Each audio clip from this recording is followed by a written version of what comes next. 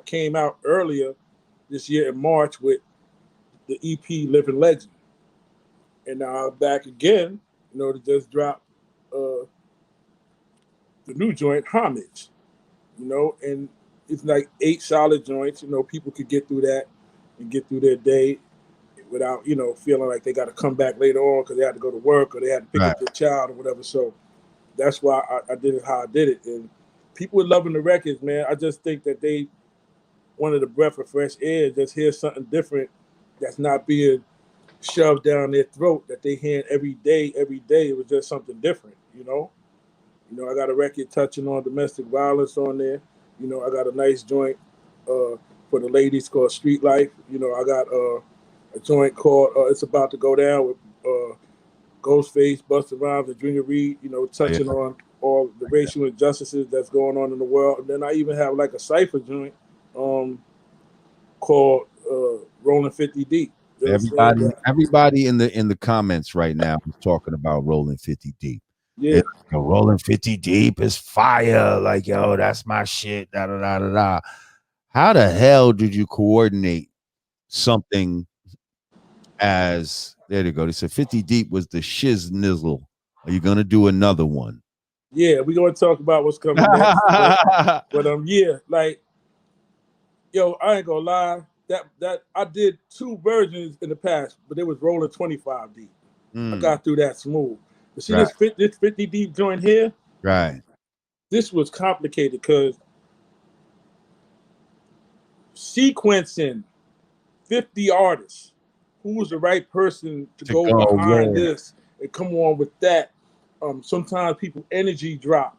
So I got to get people's energy was in the same as theirs. Like, that's not an easy task. Some people have a start off energy, but they're not starting off the record. Exactly. So there it goes. So that was the most complicated, sequencing, and having to say, nah, you know what, I better put him here, go him there. And just so everybody know, the song, well, I'm not even going to say song, the hip-hop statement, what I'm saying, because it's too long to be a song, because it's 18 minutes to change, had nothing to do with the lyrical talent of the order. I just want to always put that out there. Like, I put everybody on there is talented to me, and I just feel like some people belonged here, some people belonged here, and I had to keep heat for later on. If you notice, Royce the 5'9" was, he entered off. Like, you understand? Like, I had to have a heavy hitter, you know what I'm saying? And like, I couldn't just throw the best of the best. Right, and then let it start slacking. Yeah. So I had to kind of like, level it off, and that was the hardest thing for me, putting it together. Then you can imagine calling 50 artists up to do your show. Right. Okay. And like, I even got to tell you what kind of the logistics that go into that. And having to wait for it and hitting them and say, then after you. And then trying to get the video too. Then this is where it gets nasty. After you do the song. Right. Getting the video. So you got to deal with their personality, not once, but twice.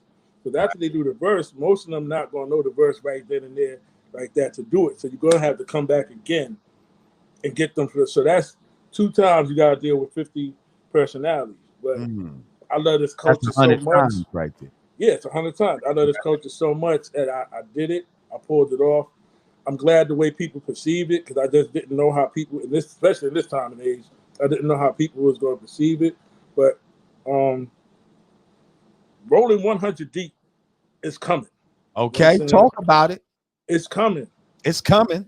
I'm 38 verses in already. Wow. Because it's only because, and I know because I'm laughing, because the lyricists see that people want to hear it now again. Like, you know what I'm saying? Some people get discouraged. I mean, I was discouraged for a while. The album called Ramadan, I never put out. I waited years, then wound up taking different songs and restructured whatever, because it was like, do people want to hear it? Like, it had me thinking to myself, like, questioning myself, like, damn, dude. Then I was like, you know what? It's a fan base for everything. Right. Believe it or not, it's a fan base for everything. And there are some true hip-hop fans out there that still want to hear real hip-hop. They just got something else being shoved down their throat. So you know what? Let me not focus on who's doing this, who's doing that, because I know better. I'm gonna keep the focus on myself and do what I do, and that's what I'm doing, and Now, it's turning out okay. You know, I heard a rumor that Lord Jamar was on that Rolling 100 Deep. Is that true? man, they might have to wait to see, man. You know what I'm saying? I heard a rumor, man. I don't know, man. It's Yeah, they might have to wait something to that I see, heard, man. man. You know what I'm saying? Yeah, well, when it comes out, we'll see, man. Word up. But See. I know if he is on there, he's spitting some shit. Okay. I mean, come on, man. We, Word up. keep it going, man. Yeah. Uh, I mean, how does it feel to have the type of respect that shit 150 motherfuckers would step up and be like, yo, no problem, I got you. I'm fucking with you like that. Like that's not something that a lot of people can do. Like, how does it feel to have that type of respect in the game?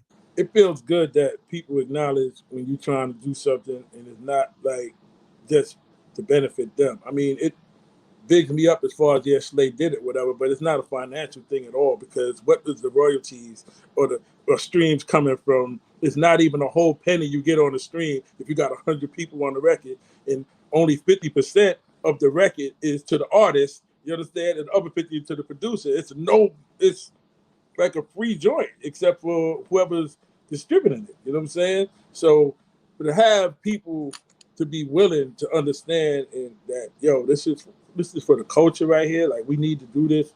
We need to come out and represent. You feel good, man. You know what I'm saying? Because they don't have to do it. You know, you got some cats that got a little weird. You know what I'm saying? But I'm not the type of person to ever, how you could do something for somebody 10 times and then the 11th time they don't do it, you don't do it. Then all of a sudden they want to call you this, that. I ain't that type of dude. Right. There's some people that I really needed to, but they were too busy or they didn't get it done. But they did 20 verses for me already before. So Right. I'm like, I can't be mad. yeah, exactly. All right, I got to, but a couple of them hit me for this one. You know what I'm saying? Because it's like, and it's cool. So, but to just have people acknowledge that I'm doing something for the culture, want to be a part of it, I'm grateful, man. Especially being my age and being able to hit people and have them come through. But then again, what I like to tell everybody is relationships is everything. You could have all the money in the world, the cars, the jewelry, everything, like the materialistic BS, but relationships will take you a long way. That's the reason why when I see an up and coming artist, even when your boy Crooks, once I heard about him, whatever, bang, bring him to the show. 5 years from now, Crooks on Jay-Z status, I could be, yo, bro, throw me alley oop. He gonna be, come on, Slay, what you need? Need a verse? Need something? You understand? They don't think. Like I'm always like, if I see somebody with talent in the beginning, I'm not the one nobody gonna have to chase, harass, or whatever to get no love. I'm gonna extend the love. Well, you're leading me to my next question right now because I think most people would definitely associate you and look at you as the one who brought Papoose into the game. We all know Papoose from fucking with K Slay. Talk about that relationship and how that came about and what you saw in him and you know what I mean? Oh, it's funny you asked that. It's the same thing. Everybody knows my show at Hot 97. It used to be 20, 30, 40 people outside every night when I came to go on the air. The most it was 113. And I got the video footage of that for my documentary. Cars blasting, street cats from all over, not starting no trouble, anything, all out there to hand me their demos. And what I would do is listen, and if it was clean, whichever ones I could get on quick enough before my show, like here it was dope, I played brothers on the air. You understand what I'm saying? Papoose used to be out there. And the funny thing with Papoose is that him being from Brooklyn and the kids he was running with, he was a little aggressive. I didn't like when people tried to be a little, pushy or whatever. Like, I'll be like, yo, Slay. Yo, you need to listen to my shit. Yeah. After a while, he started getting a little bitter. Yo, I've been coming out here a few weeks. I said, come a few more weeks. Like, cats have been out here before you, whatever. And I remember my man Hood was like, "Stay, just listen to his CD, whatever." Because me and him almost got into Little Me and his people. We almost, you know what I'm saying? Because Right. it ain't no Impressing me every week. like, yeah, ain't no, you know what I'm saying? It's not that type of thing over here. Yeah. And I never forget going home, and I woke up one day. It was on the weekend, and I popped his CD in, and I started listening. And I was like, "Nah, B, this can't be this dude here. He Right. got lucky. He got lucky here. Boom, hit the next one. Boom, boom, hit the next one." I was like, "Yo, this kid, nice." So now I'm sitting here like, Maybe I was a how am little I going to approach him to show love after I after did being so without? hasty. You understand? I had to figure out a way. So I said, I'm just going to call him. So I called him, and it was so crazy. When I called him, he was at his enlightener's wake, going through. Mm. And he was like, "Slay, I'm going to wake him and hit you back." Like, he let me know afterwards. So when he hit me back, I said, "Bro, you on the show this Wednesday?" No, pardon me, this Thursday. He said, "For real?" He said, "Yo, you don't know what this means. Like, I've been trying." I said, "Bro, you up here, just come and do what you do." I lined them up because I always line people up. I'm 99% sure it was, what was it, Havoc? No. It was, I had Dragon and Havoc, I believe, there. Or Dragon and Littles. It was one of them. I know I had them Right. there. One of those You understand? Like, I threw queens. them in the Lions there. And this crazy Negro did alphabetical slaughter live on the air over another beat.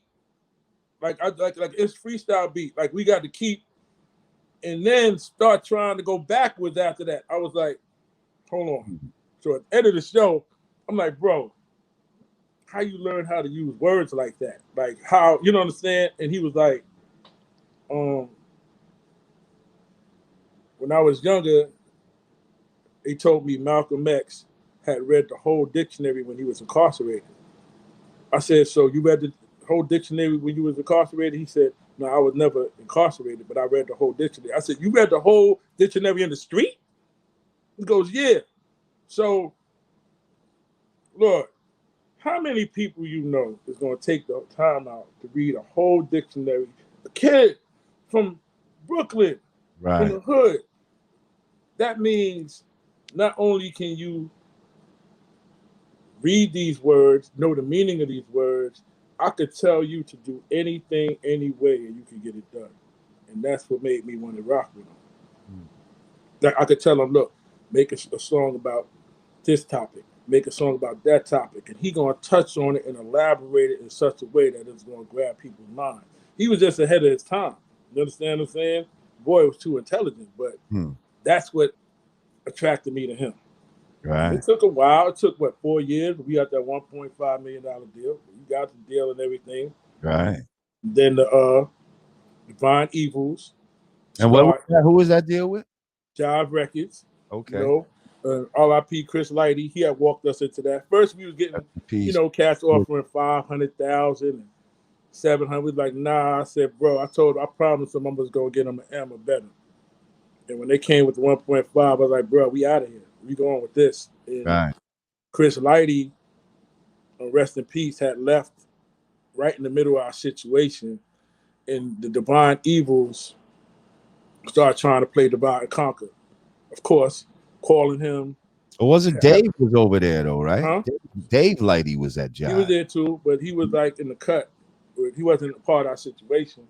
Right. But then, Divide Evils was like, calling him to do this, calling them to, like, doing things they shouldn't have did, and certain incidents happening, and then we had just parted ways with them,